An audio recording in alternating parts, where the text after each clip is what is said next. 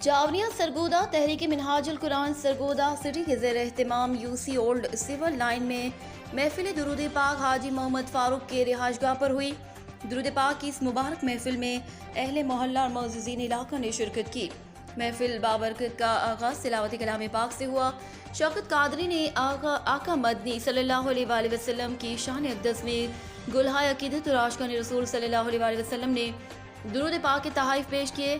محفل میں شیخ الاسلام ڈاکٹر محمد طاہر القادری کا ویڈیو بیان سنایا گیا۔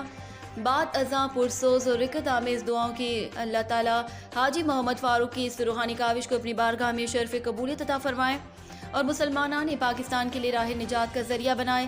اس موقع پر حاضرین محفل نے مصطفی مشن کو گھر گھر پہنچانے کے عزم کو حسن انداز سے نبھانے کی توفیق فرمانے کی دعائیں بھی کی۔ رپورٹ حاجی ظفر عباس، تحصیل رپورٹر، شاہپور، جاوریہ۔